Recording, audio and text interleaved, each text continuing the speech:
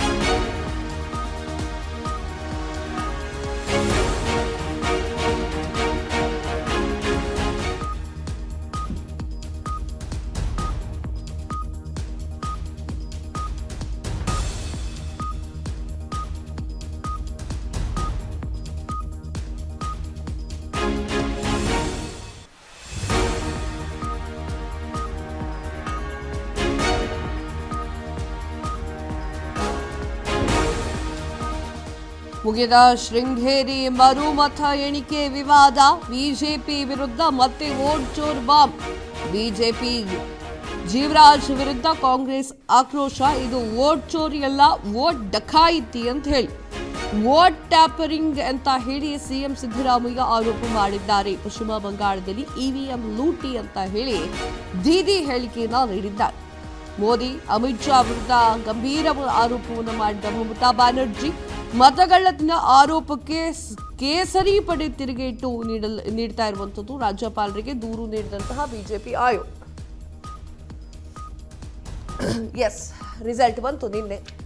ಪಂಚರಾಜ್ಯಗಳ ಚುನಾವಣೆಯ ರಿಸಲ್ಟ್ ಬಂತು. ತದಾದ ನಂತರ ಉಪಚುನಾವಣೆಯ ರಿಸಲ್ಟು ಬಂತು. ಹಾಗೆ ಕೋರ್ಟ್ನಲ್ಲಿದ್ದಂತಹ ಶೃಂಗೇರಿ ವಿಚಾರಕ್ಕೆ ಸಂಬಂಧಪಟ್ಟಂತೆ ರಿಸಲ್ಟ್ ಕೂಡ ಬಂದಿದೆ. ಅದರಲ್ಲಿ ಬಿಜೆಪಿಯ ಜೀವರಾಜ್ ಅವರು ಗೆಲುವನ್ನ ಸಾಧಿಸಿದ್ರು. ಕಾಂಗ್ರೆಸ್ ಇದಕ್ಕೆ ಆಕ್ರೋಶವನ್ನು ಹೊರಹಾಕ್ತಾ ಇದೆ. ಸಿದ್ದರಾಮಯ್ಯ ಅವರು ಇದನ್ನ ಖಂಡಿತವಾಗಿ ನಾನು ಒಪ್ಕೊಳ್ಳೋದಿಲ್ಲ, ವೋಟ್ ಚೋರಿ ಆಗಿದೆ, ಅದನ್ನು ಒಪ್ಕೊಳ್ಳುತ್ತೇನೆ ಅಂತ ಹೇಳ್ತಾರೆ.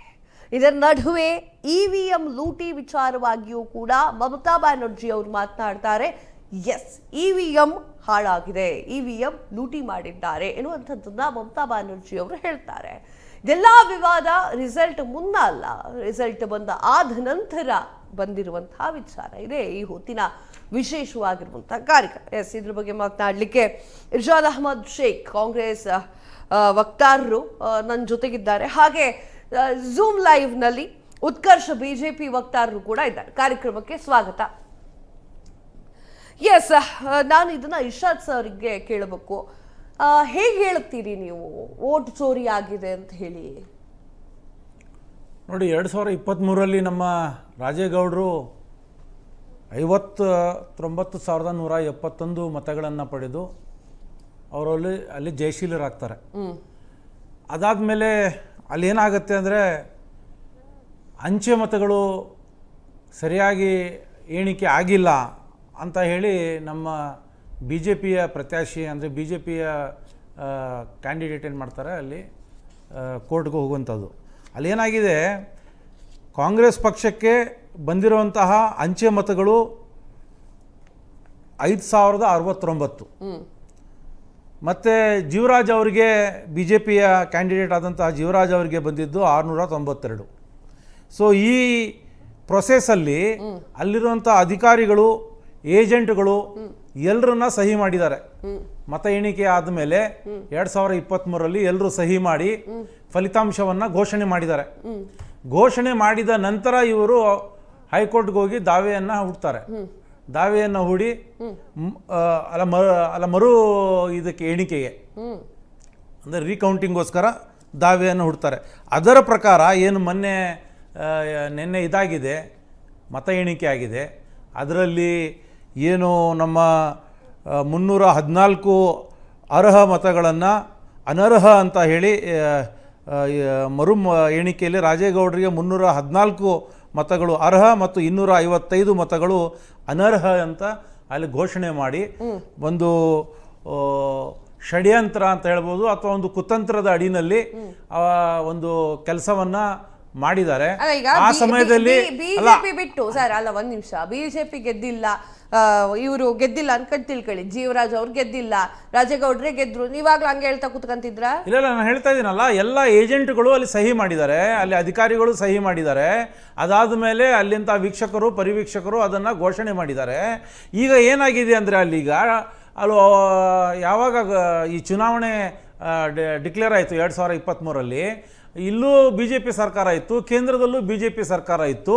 ಅಲ್ಲೇನಾಗಿದೆ, ಅವರು ಸಿಬ್ಬಂದಿಗಳಿಗೆ ಹೇಳಿ ಅಧಿಕಾರಿಗಳಿಗೆ ಹೇಳಿ ಅಲ್ಲೇನೋ ಒಂದು ಅಚಾತುರ್ಯ ಮಾಡಿ ಆಮೇಲೆ ಇವರು ಕೋರ್ಟ್ಗೆ ಹೋಗಿರುವಂಥದ್ದು ಅಂತ ನಮ್ಮ ಒಂದು ಅನಿಸಿಕೆ. ಅಲ್ಲ ಸರ್, ಇದೇ ಉಪಚುನಾವಣೆಯಲ್ಲಿ ಸಮರ್ಥ ಎದುರುಗಡೆ ಸೋತಿರುವಂತಹ ಶ್ರೀನಿವಾಸ್ ದಾಸಕರಿಯಪ್ಪ ಅವರು ಒಂದು ಮಾತು ಹೇಳ್ತಾರೆ, ಗಂಭೀರವಾಗಿರುವಂತಹ ಆರೋಪವನ್ನು ಮಾಡ್ತಾರೆ. ಮೂರು ಸಲ ಇರುವಂತಹ ಕೀ ಹೇಗೆ ಕಳೆದೋಗಕ್ಕೆ ಸಾಧ್ಯ, ಏನೋ ಮಸಲತ್ತಾಗಿ, ಇದನ್ನು ಒಪ್ಪಿಕೊಳ್ಳಬೇಡಿ ನೀವು ಕಾಂಗ್ರೆಸ್ ಅವರು. ಅಲ್ಲ, ಅವರಿಗೆ ಒಂದು ಅವಕಾಶ ಇದೆ, ಕೋರ್ಟ್ಗೆ ಹೋಗಿ ಅವರು ಅಲ್ಲ ನೋಡಿ, ಅವ್ರಿಗೆ ಏನಾದರೂ ಇದರಲ್ಲಿ ಅಚಾತುರ್ಯ ಕಾಣಿಸಿದ್ರೆ ಅವ್ರ ಕಾನೂನು ಪ್ರಕಾರ ಅವ್ರಿಗೇನಿದೆ ಅದನ್ನ ಬಹಳಷ್ಟು ಮಾರ್ಗಗಳಿವೆ. ಏನ್ ಹೇಳ್ತೀರಿ ಇದ್ರ ಬಗ್ಗೆ? ನಿಮ್ಮ ಧ್ವನಿ ಕೇಳಿಸ್ತಾ ಇಲ್ಲ. ಈ ಕೇಳಿಸ್ತಿದೆಯಾ ನನ್ನ ಧ್ವನಿ? ಓಕೆ, ಹೇಳಿ. ಈ ನಮ್ಮ ಹಳ್ಳಿ ಕಡೆ ಒಂದ್ ಗಾದೆ ಮಾತು ಹೇಳ್ತಾರೆ, ನಾಯಿ ಬಾಲ ಡೊಂಕು ಅಂತ. ಆ ರೀತಿ ಆಯ್ತು ಕಾಂಗ್ರೆಸ್ನ ಕತೆ. ಅಲ್ಲ ರೀ, ಚುನಾವಣೆಗಳನ್ನ ಗೆಲ್ಲಕ್ಕಾಗ್ದೆ ಇವತ್ತು ಕಾಂಗ್ರೆಸ್ನ ದುಸ್ಥಿತಿ ನೋಡಿ. 120-150 ವರ್ಷಗಳ ಇತಿಹಾಸ ಇರೋ ಪಾರ್ಟಿ ಅಂತ ಇವ್ರು ಹೇಳ್ಕೊತಾರಲ್ಲ, ಎಲ್ಲಿದಾರ್ರಿ ದೇಶದಲ್ಲಿ ಇವ್ರು? ಇವತ್ತು ಸಂಪೂರ್ಣವಾಗಿ ಧೂಳಿಪಟ ಆಗ್ತಾ ಇದೆ ಕಾಂಗ್ರೆಸ್ ಎಲ್ಲಾ ಕಡೆ. ಆಮೇಲೆ ಓಟ್ ನೋಡಿ, ಬಹಳ ಪ್ರಮುಖವಾಗಿ ಪ್ರಜಾಪ್ರಭುತ್ವದ ವ್ಯವಸ್ಥೆಯಲ್ಲಿ ನಾವೆಲ್ಲ ಕೂಡ ರಾಜಕಾರಣಿಗಳಾಗಿ ಬಿಟ್ಬಿಡಿ, ಪ್ರಬುದ್ಧ ಮತದಾರರಾಗಿ ನಾವೆಲ್ಲ ಅರ್ಥ ಮಾಡ್ಕೋಬೇಕೇನು ಅಂತಂದ್ರೆ, ಜನ ಕೊಡ್ತಕ್ಕಂಥ ತೀರ್ಪೇ ಅಂತಿಮ. ಈಗ ನಾವು 2 ಬೈ ಎಲೆಕ್ಷನ್ ಅನ್ನ ಸೋತಿದ್ದೀವಿ, ನಮ್ಮೆಲ್ಲೂ ಕೂಡ ಅಭ್ಯರ್ಥಿಗಳು ಬಂದು ಓಟ್ ಚೋರಿ ಆಗಿದೆ, ಹಿಂಗಾಗಿದೆ, ನಾವೆಲ್ಲೂ ಕೂಡ ಹೇಳಿ ಹೇಳಿ ಕಿರ್ರಿ ಇರ್ಷದ್ ಅವ್ರ, ಯಾಕೆ ನೀವು ಕಾಂಗ್ರೆಸ್ ಅವ್ರಿಗೆಲ್ಲ ಒಂದ್ ಚಾಳಿ ಬಂದ್ಬಿಟ್ಟಿದೆ, ಹಿಂಗ್ ಮಾಡ್ಕೊಂಡೆ ನೀವು ಧೂಳಿಪಟ ಆಗ್ತದೆ. ಸ್ವಲ್ಪ ತಾಳ್ಮೆ ಇಟ್ಕೊಳ್ಳಿ. ಕಾಂಗ್ರೆಸ್ ಅವ್ರದ್ದು ಇದೇ ಸಮಸ್ಯೆ. ನಾವೆಲ್ಲೂ ಕೂಡ ಓಟ್ ಚೋರಿ ಅಂತ ಹೇಳಿಲ್ವಲ್ಲ, we have accepted the reality. ಆಯ್ತು, 28ಕ್ಕೆ ನಾವು ತೋರಿಸ್ತೀವಿ ನಮ್ ಶಕ್ತಿ ಏನು, ಜನಗಳಿಗೆ ಕನ್ವಿನ್ಸ್ ಮಾಡ್ತೀವಿ ನಾವು. ಚುನಾವಣೆ ನೀವು ಹೇಗಾಗ್ತಿದೆ ಅಂತಂದ್ರೆ, ನಿಮ್ಗೇನೋ ಸಮಸ್ಯೆ ಎತ್ಕೊಂಡು ನಿಮ್ಮ ನಾಯಕ ರಾಹುಲ್ ಗಾಂಧಿ ಸರಿಯಾಗಿ ಇಲ್ದೆ ಅಲ್ಲೆಲ್ಲ ಫಾರಿನ್ ಒಳಗೆ ಕೂತ್ಕೋತಾರೆ, ದೇಶದಲ್ಲಿ ಇರೋದೇ ಇಲ್ಲ, ನಿಮ್ ಸಮಸ್ಯೆ ಇಟ್ಕೊಂಡು ನೀವು ಜನನೇ ಸರಿ ಇಲ್ಲ, ನೀವು ಒಪ್ಕೊಳ್ಳೋದಿಲ್ಲ ಓಟ್ ಚೋರಿ ಆಗಿದೆ ಅನ್ನೋದನ್ನ ನೀವು ಒಪ್ಕೊಳ್ಳೋದಿಲ್ಲ. ಹೇಗ್ರಿ ಆಗಕ್ ಸಾಧ್ಯ? ಇವತ್ತಿನ ಟೆಕ್ನಾಲಜಿ, ಇವತ್ತಿನ ಇದ್ರಲ್ಲಿ ಇವತ್ತು ನೋಡಿ ಮಮತಾ ದೀದಿ ಇದಾರಲ್ಲ, ಒಂದು ಅರ್ಥ ಮಾಡ್ಕೊಬಿಡಿ ಪಾಪ. ಮಮತಾ ಬ್ಯಾನರ್ಜಿ ಅವ್ರು ಏನಾಗಿದೆ, ಹತಾಶೆಯಲ್ಲಿ ಹತಾಶೆಯಲ್ಲಿ ಮಮತಾ ಬ್ಯಾನರ್ಜಿ ಮಾತಾಡ್ತಾರೆ. ಅವ್ರಿಗೂ ಒಂದ್ ರೀತಿ ಕಾಂಗ್ರೆಸ್ನವ್ರ ಚಾಳಿ ಬಂದ್ಬಿಟ್ಟಿದೆ. ಕಾಂಗ್ರೆಸ್ನವ್ರದ್ದು ಅದೇ ಸಮಸ್ಯೆ ಪಾಪ. ಈ ಕಾಂಗ್ರೆಸ್ನವ್ರು ಎಲ್ಲೂ ಇಲ್ಲ ಬಿಡಿ ದೇಶದಲ್ಲಿ.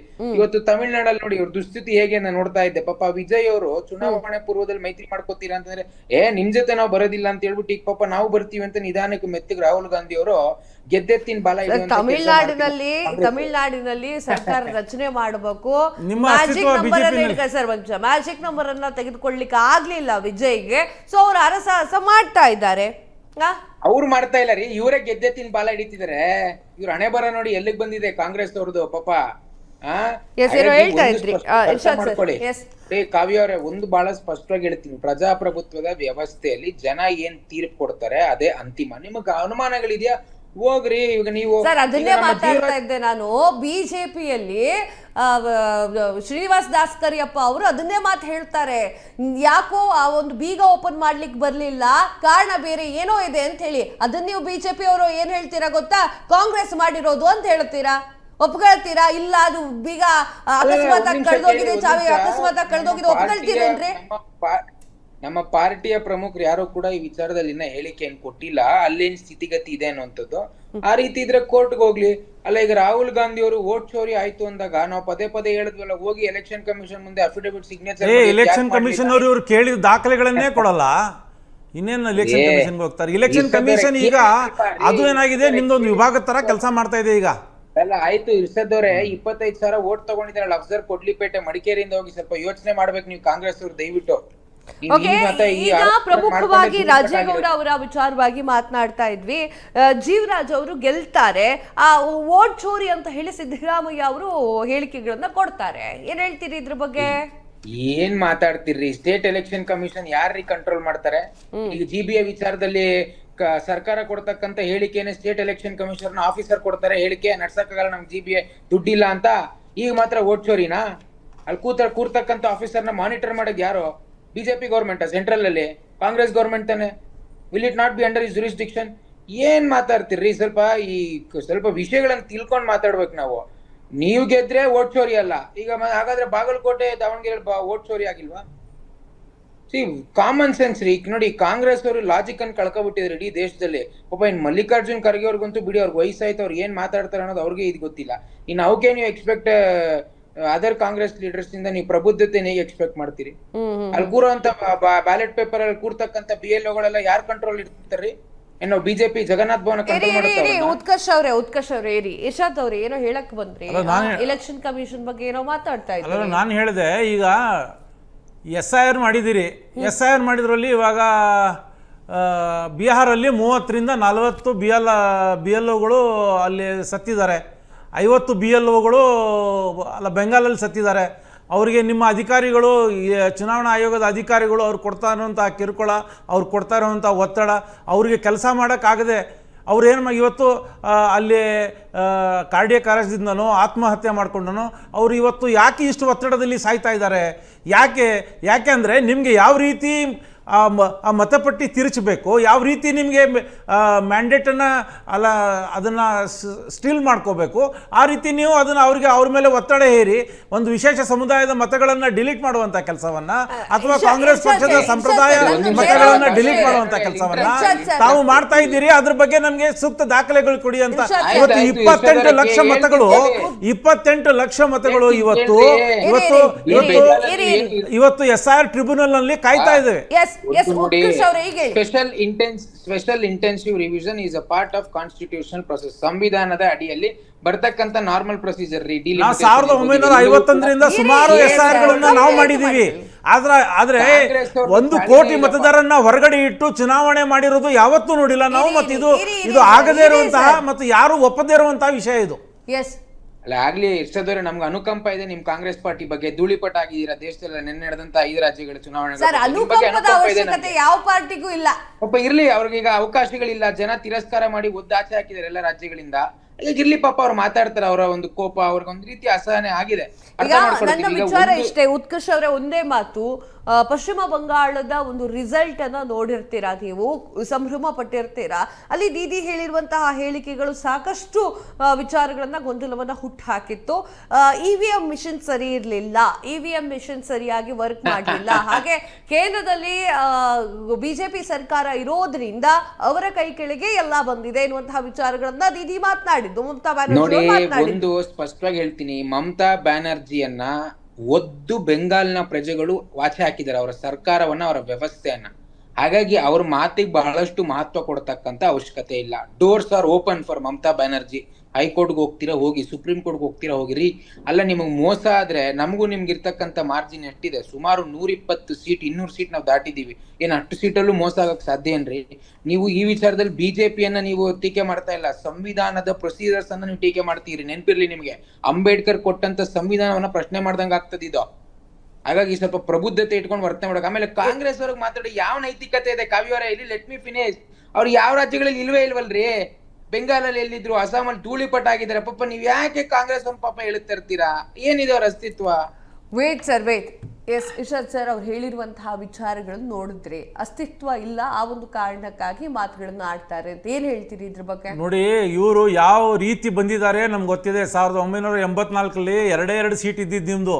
ಇವತ್ತು ನೀವು ಯಾವ ರೀತಿ ಈ ಭಾರತ ದೇಶದಲ್ಲಿರುವಂತಹ 20 ರಾಜ್ಯಗಳಲ್ಲಿ ಇದ್ದಂತಹ ಜನಪ್ರಿಯ ಸರ್ಕಾರಗಳು, ಜನರಿಂದ ಚುನಾಯಿತರಾದಂತಹ ಸರ್ಕಾರಗಳನ್ನು ನೀವು ಬೀಳಿಸುವಂಥ ಕೆಲಸವನ್ನು ಮಾಡಿದಿರಿ. ವಾಮ್ ಮಾರ್ಗದ ಮುಖಾಂತರ ಶಾಸಕರುಗಳನ್ನು ಖರೀದಿ ಮಾಡಿ ನೀವು ಯಾವ ರೀತಿ ಅಲ್ಲಿ ಈ ಜನರ ಜನಾದೇಶವನ್ನು ಮ್ಯಾಂಡೇಟನ್ನು ತಿರ್ಚುವಂಥ ಕೆಲಸವನ್ನು ಮಾಡಿದಿರಿ ಅಂತ ಈ ದೇಶದ ಜನ ನೋಡ್ತಾ ಇದ್ದಾರೆ. ಸರ್, ನೀವು ಏನು ಮಾಡ್ತಾ ಇದ್ರಿ ವಿಚಾರಕ್ಕೆ ಅಲ್ಲ ಹೇಳ್ತಾ ಇದ್ದೀನಿ. ಇವರು ಯಾವ ರೀತಿ ಮಾಡ್ತಾ ಇದ್ದಾರೆ, EVM ಯಾವ ರೀತಿ ಮಾಡ್ತಾರೆ, ವಾಮಮಾರ್ಗದ ಮುಖಾಂತರ ಯಾವ ರೀತಿ ಅಧಿಕಾರವನ್ನು ಹಿಡಿತಾರೆ.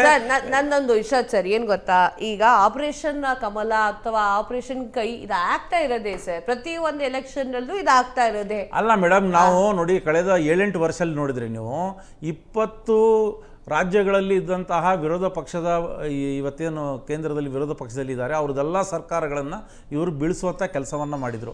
ಯಾಕೆಂದರೆ ಇವ್ರದ್ದು ಒಂದೇ ಒಂದು ಗುರಿ ಇದ್ದಿದ್ದು, ಇಲ್ಲಿ ವಿರೋಧ ಪಕ್ಷ ಮುಕ್ತ ಭಾರತ ಆಗಬೇಕು, ಅಂದರೆ ಸರ್ವಾಧಿಕಾರಿ ಧೋರಣೆ.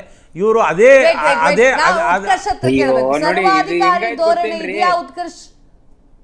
ಅಲ್ಲ, ಇದು ಹೇಗಾಯ್ತು ಅಂತಂದ್ರೆ ಅದೇನೋ ಒಂದು ಗಾದೆ ಮಾತಿದೆ, ಬೇಡ ಬಿಡಿ ಅದನ್ನ ಹೇಳೋದು ಬೇಡ.